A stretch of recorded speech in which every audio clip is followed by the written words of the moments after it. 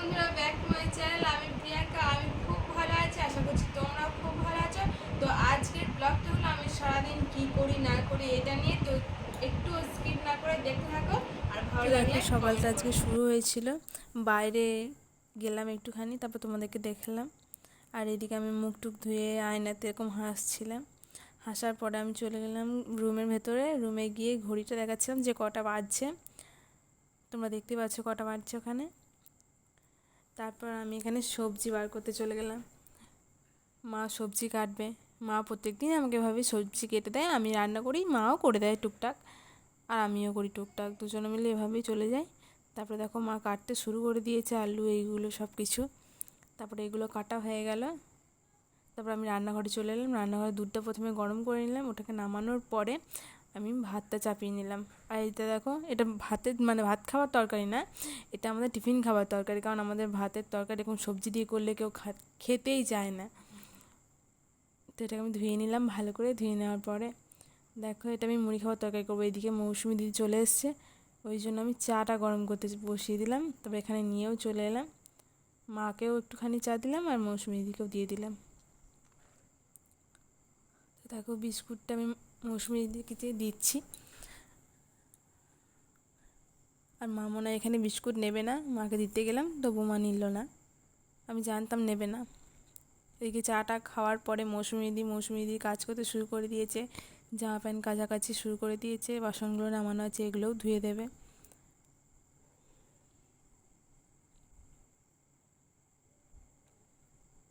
তারপর আমি আবার রান্নাঘরে চলে এলাম। রান্নাঘরে আসার পরে আমি এই মুড়ি খাওয়ার তরকারিটা চাপাচ্ছি। এর সাথে প্রচুর নিয়ে নিচ্ছি।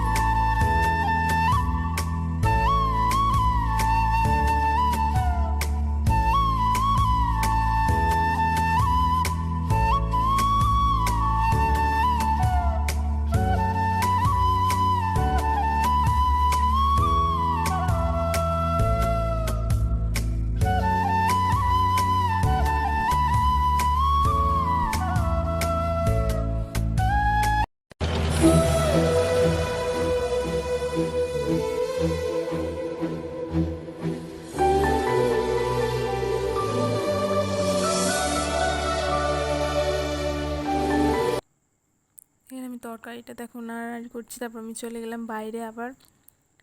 দেখো ফ্রিজে, আসলে আমি ফ্রিজে আদা রসুন লঙ্কা এসব সব পেস্ট করে রেখে দিই টিফিনের মধ্যে ভরে।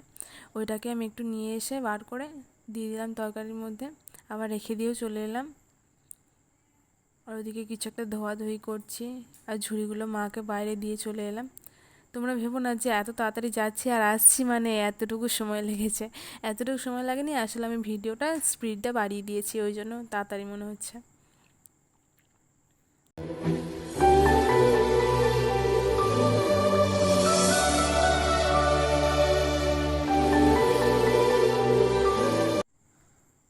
তারপর দেখো এখানে আমি তোমাদেরকে হাই বলছি, তারপরে দেখাচ্ছি যে তরকারিটা কি করছি আমি।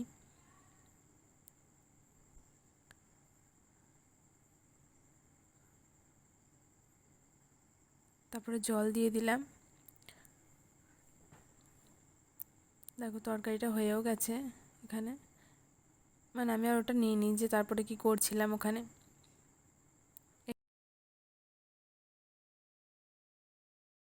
এখানে আমি উচ্ছে আর আলুটা কেটে দিয়েছিল মা, ওটা ভাজবো, ওই জন্য আমি নুন হলুদ দিচ্ছি ভাজবার জন্য।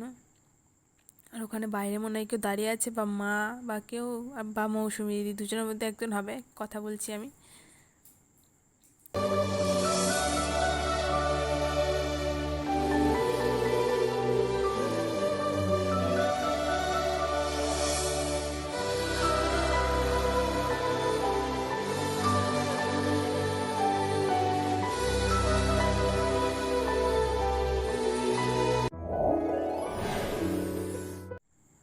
এদিকে মৌসুমি দিদি বাসনপত্রগুলো সব ধুয়ে রেখেছিলো, ওগুলো আমি নিয়ে চলে এলাম।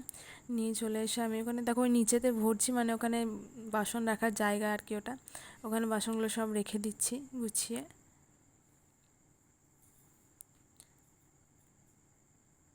বিকেলবেলা ভরতে হয় না, বিকেলবেলা মৌসুমি দিদি নিজেই ভরে দেয়, সকালবেলা আমরা নিজেই নিয়ে এসে ভরে নিই।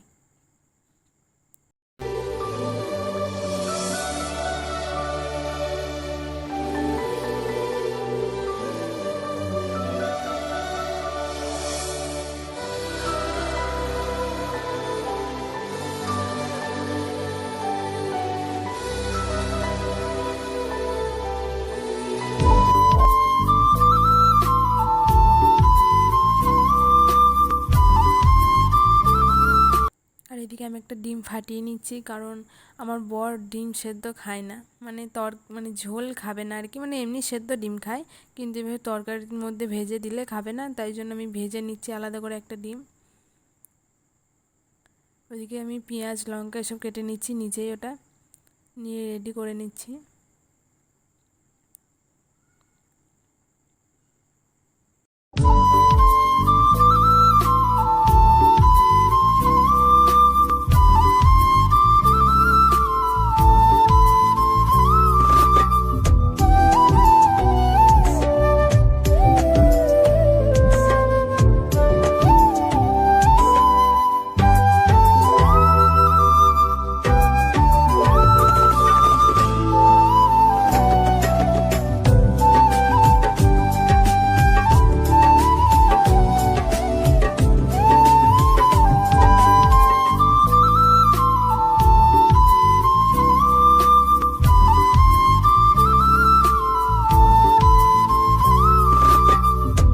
এদিকে মাও আবার কিছু একটা নিয়ে এসছে, আর এদিকে জলটা ঢেলে নিয়ে আমি মাকে জলের বালতিটা দিয়ে দিলাম, মা জলটা এনে রেখে দিয়ে যাবে এখানে। ওইটা হলো মাছের ডিম, আমি দেখিয়ে দিলাম তোমাদেরকে। মাছের ডিমটা মা বলছে, মানে বলে গেল আর কি, যে আজকে মাছের ডিমটা করার দরকার নেই, তুমি ধুয়ে ভালো করে টিফিনের মধ্যে ভরে রেখে দাও ফ্রিজে। আমি ভালো করে ধুয়ে নিচ্ছি মাছের ডিমটাকে।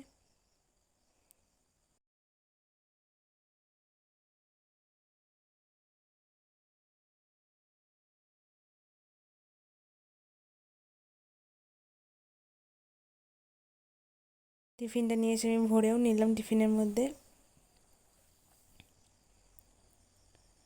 ফ্রিজে রাখতে চলে গেলাম, রেখে দিয়ে চলে এলাম। কেউ কিছু আমাকে জিজ্ঞাসা করছে মনে হয়, আমি ওটার উত্তর দিচ্ছি, আবার চলেও গেলাম। সারাদিন তো এভাবেই আমার কেটে যায় রান্নার মধ্যে দিয়ে। মা হয়তো আমাকে কিছু বলছে আর আমি ওখানে হাসছি। এদিকে মৌসুমি দিদি ঝাঁট দিতে চলে এসেছে, ঝাঁট দিয়ে চলে গেল। ওই দেখো বাইরে দেখলে ঠাকুমা বসে আছে, কিছু একটা কাটছিল হয়তো। আর এখানে ঈশা আমাকে বলছিল আমাকে মুড়ি দাও, ও মুড়িয়ে মাখিয়ে খেতে পারে না, আমাকে বলে মাখিয়ে দাও তুমি। আমি একটু মুড়ি আর পেঁয়াজ কুচি দিয়ে দিলাম, ওর মধ্যে মুড়িটা মাখিয়ে ওকে দিয়ে এলাম। ও বসে বসে ওর কি মায়ের ফোনে কি স্ট্যাটাস দেখছিল না কি দেখছিল, দেখো ঝাঁট দিয়ে মৌসুমি দিয়ে আবার মুছতেও চলে এলো, ওই জন্যই আমি লাফিয়ে লাফিয়ে এদিকে ওদিকে যাচ্ছি। এদিকে উচ্ছে ভাজাটাও হয়ে গেল তা করতে করতে।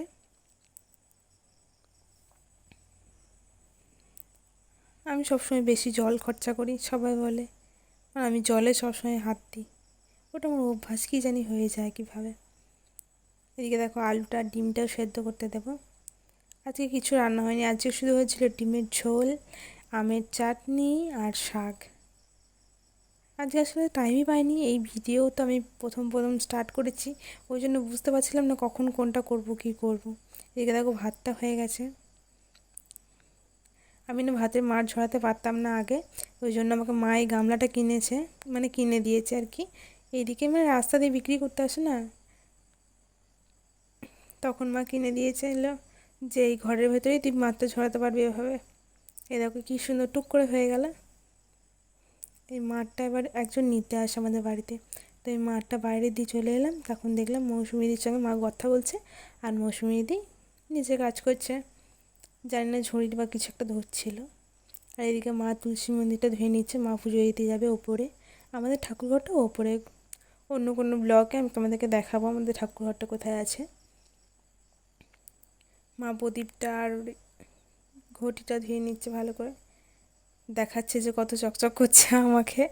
আসলে ওই যে পাউডার আছে না, কি পাউডার দিয়ে মাজলে একদম পুরো চকচক করে সব কিছু, কাঁসার বাসন ওইটা দিয়ে মেজেছে, নিয়ে দেখাচ্ছে যে কত চকচক করছে দেখ। আবার আমি চলে এলাম রান্নাঘরে, আলুগুলো মনে হয় সেদ্ধ হয়ে গেছে, ওটা তুলে নিচ্ছি আমি। আমার চোখ মুখটা কেমন ফুলে গেছে আসলে সকাল থেকে, মানে সকালবেলা আমি আর, তোমরা আবার ভেবো না যে চাটা কেন খেলাম না, আমি সকালবেলাতেই কেন রান্না স্টার্ট করে দিচ্ছি। আমি চা খাই না, মানে কোনো দিনই চা খাই না আমি। সবাই খায়, বাবা বর সবাই ওরা সকালে বসে চা খায়, চা করা হয়, তো মাও খায়, মা দুবার খায়, মানে মা সকালে একবার খায়, আবার মৌসুমি দিয়ে এলে তখন একবার খায়। আর এদিকে দেখো মাকে মুড়িটা দেওয়ার পরে দেখলাম এই খেলা করছে, ওর সঙ্গে আমি একটু খেলা করে নিলাম। আর মাকে বললাম মুড়িটা দিয়ে দিয়েছি। এদিকে চাটনিটা বসিয়ে দিয়েছিলাম, চাটনিটাও হচ্ছিল। আর এদিকে মা আমাকে এসে কিছু বলছিল মনে হয়।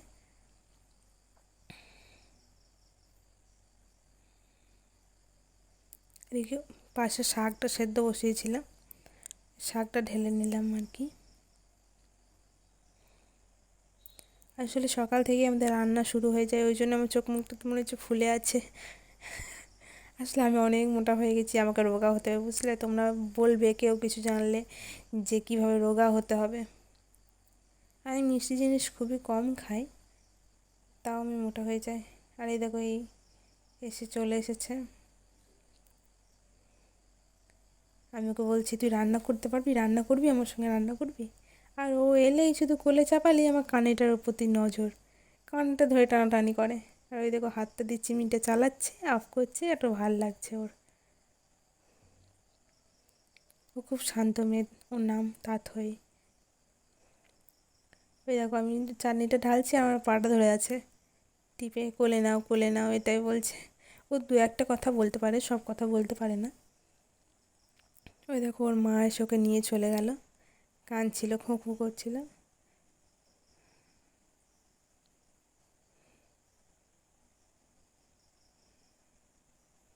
এদিকে শাকটাও হয়ে গেল, শাকের উপর নুন টুন দিয়ে দিলাম। মা কিছু বলছিল যে শাকে কী দিয়েছিস না দিয়েছিস সেটা জিজ্ঞাসা করছিল মনে হয়। মা আবার একটু নেড়ে দিল এসে। এভাবেই রান্না হয় আমাদের, আমি একটু করি, মা একটু করে। আজকে মা একটু কম এসেছে, আসলে মা পুজো দিতে গেছিলো, সব করতে গেছিলো। দেখো আমার রান্না হয়ে গেল, এটা আমি বাইরে নামিয়ে দিয়ে আসবো। মৌসুমি দিয়ে এসে বিকালে সব কিছু ধুয়ে দেবে। আর এখানে দু একটা ছিল, ওটা আমি নিজেই ধুয়ে নিলাম বেসিংয়ে। এদিকে বেসিং স্ল্যাবটা একটু সাবান টাবান দিয়ে বুলিয়ে নিচ্ছি আর কি। আর এই দেখো হাতটা পরে নিয়েছি, হাতটা পরে আমি মুছি আর কি, ভালোভাবে মুছে নিলাম, জায়গাটা পুরো পরিষ্কার করে নিলাম। আবার ওটাকে ধুয়ে ওই কলের উপর চাপিয়ে রেখে দিই। সবসময় আমি এটাই করি। তারপর এদিকে জনির জন্য ভাত দিয়ে দিয়ে সব ঢাকা দিয়ে রেডি করে রেখে দিলাম, ঘরটা পরিষ্কার করে। এদিকে বাইরে এসে দেখছি প্রচণ্ড ঝড় উঠেছে, মেঘ করেছে।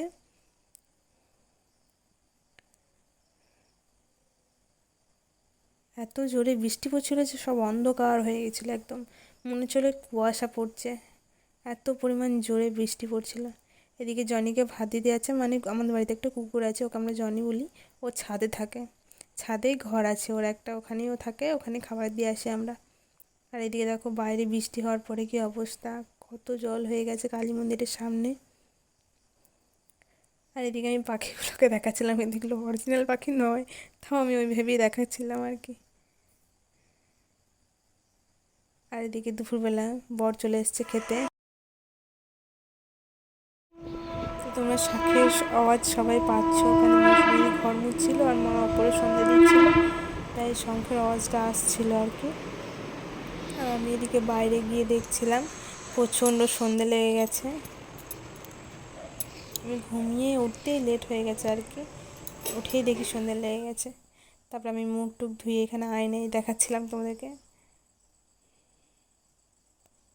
আর ওইদিকে পেছনে ওরা সবাই গল্প করছিল। আর ঈশা এদিকে টিচার্সে ছিল, ও টিচার্সে পেরিয়ে গেছে, কিন্তু ওর যেহেতু 4টে-5টা টিউশনি আর কি, ওই জন্য এক এক দিনে এক একটা করছিল। তো রেডি হবে বলছে আমার চুলটা একটু স্ট্রেট করে দাও। তো আমি স্ট্রেটনারটা দিয়েও চুলটা একটু স্ট্রেট করে দিচ্ছিলাম।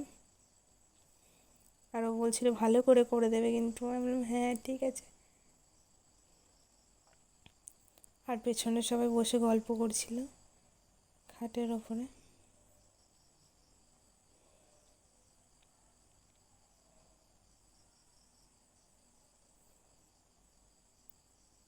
সন্ধেবেলা এভাবেই সময়টা কেটে যায়, কিছু না কিছু একটা করতে, কিছু না কিছু একটা করতে।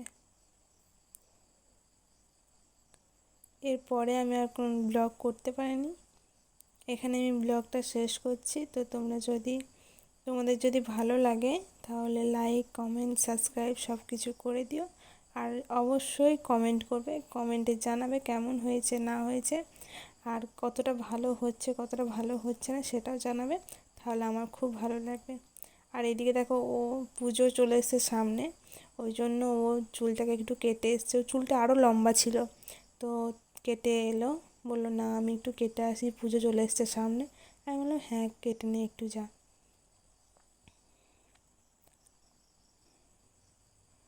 আর ওইদিকে আমাকে পেছন থেকে কেউ কিছু বলছে, আর আমি ওটার কথা উত্তর দিচ্ছি ওদের। আর এদিকে দেখো সন্ধ্যেবেলা আমি একটু প্রণাম করি তুলসী মন্দিরে, মা যেহেতু সন্ধ্যে দেয় ওই জন্য আমি একটু এখানে দাঁড়িয়ে দাঁড়িয়ে প্রণাম করে নিচ্ছি। তারপর এইদিকে তোমরা দেখতে পাচ্ছ আমার বর চলে এসছে দোকান বন্ধ করে। তো তারপরে ও এখানে এসে খাটের মধ্যে শুয়ে পড়েছে, আর আমি ওর দাড়িগুলো ধরে টানাটানি করছি, বিরক্ত হয়। তো আজকের ব্লগ আমার এখানেই শেষ, টাটা।